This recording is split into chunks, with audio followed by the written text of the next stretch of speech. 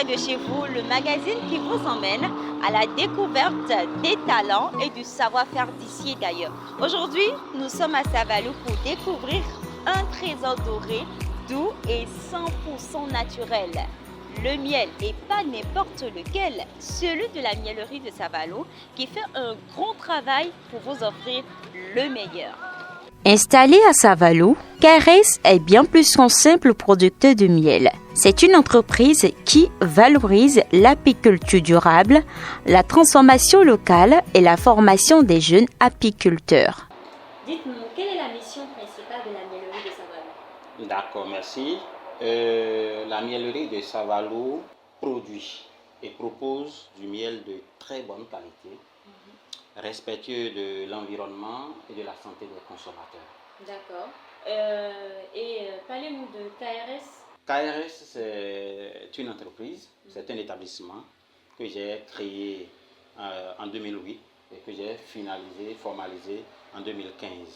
C'est aujourd'hui un établissement qui emploie environ 7 personnes, dont 2 femmes, et qui s'occupe de l'animation de la miellerie, de la collecte du miel produit par les apiculteurs qui sont autour de la miellerie, du traitement du miel et de la commercialisation du miel.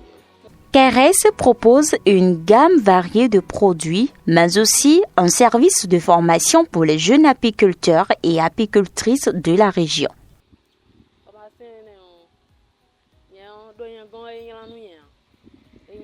Cette formation à mon niveau, c'est du concret et j'en parle même autour de moi. Actuellement, j'ai déjà mes ruches, j'en possède au moins 24 et je veux beaucoup plus, puisque ce que j'y gagne, c'est plutôt bien. Depuis que j'ai commencé la formation, vraiment, je me suis senti autonome, sans vous mentir. Je me suis senti autonome et je vous assure que j'admire le métier, c'est-à-dire l'apiculture. Et s'il y a une femme qui a peur de se lancer dans ce domaine, qu'elle n'ait pas peur, il n'y a rien d'effrayant. Le miel de la miellerie de Savalou, c'est un savoir-faire rigoureux. Des roches installées dans des zones préservées, une récolte respectueuse des abeilles. La qualité, le premier facteur de qualité, c'est que nous, on n'utilise pas du feu. Okay. Vous avez vu qu'on a utilisé 2 enfumoirs pour faire juste de la fumée, calmer les abeilles et pouvoir travailler dans la ruche et récolter. Parce que le feu altère la qualité du miel. Voilà. Vous avez vu ici aussi, on a 2 seaux. On fait déjà le tri à partir d'ici. À partir d'ici, le miel qui est mûr, qu'on a récolté est à part, celui qui n'est pas vraiment mûr est à part.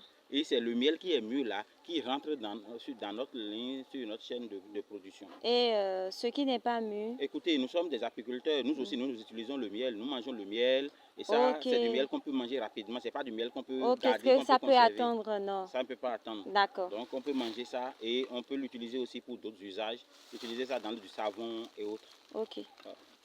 Une extraction à froid pour préserver les nutriments, une mise en pot soignée sans additifs.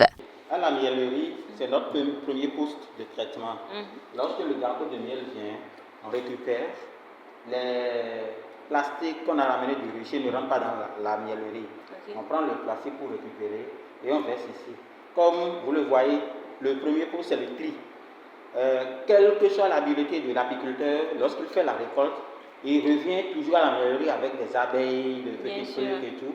Donc c'est ici on fait le tri pour ne pas écraser les abeilles dans la presse. D'accord. Et donc on fait le tri et comme vous le voyez là, les abeilles mortes, quelques pattes d'abeilles, tout ça là, on retire tout ça du gâteau de miel avant d'envoyer ça à la presse. Quand on arrive à la presse, on met le gâteau de miel ici et on presse. Les gens disent que le miel c'est de la transformation, moi je dis c'est juste de l'extraction.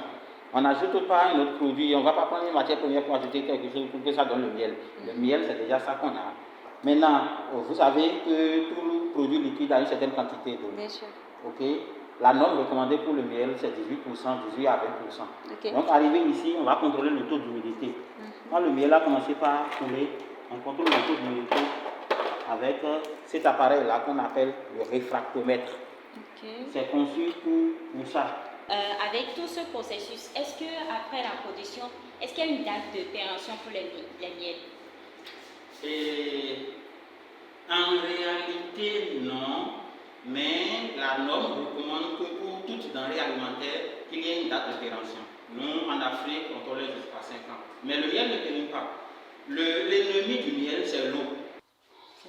Docteur, j'ai quand même une préoccupation. Oui, allez-y. Comment est-ce que vous gérez les déchets après la production?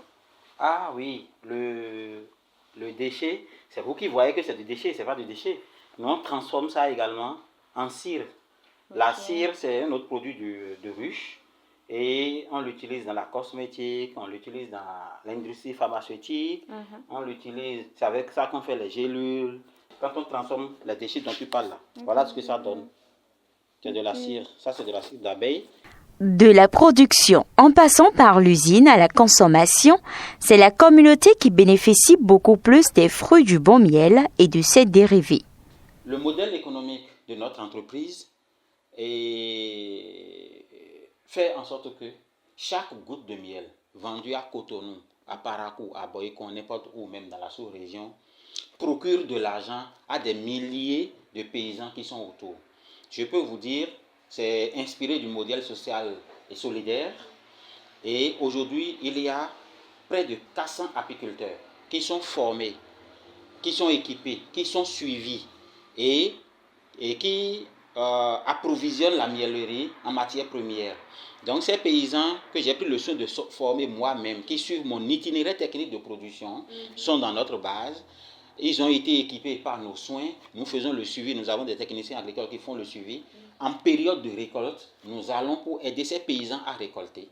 Et nous envoyons à la miellerie. Et chaque paysan vient maintenant récupérer les fruits de son travail. Donc ces paysans, près de 400, dont près de 150 femmes, ils viennent chercher leur argent. Ils vendent le miel. Ils n'ont plus de problème à se faire par rapport au marché d'écoulement de leur miel. En tout cas, pour les paysans qui sont en partenariat avec nous, aujourd'hui près de 400.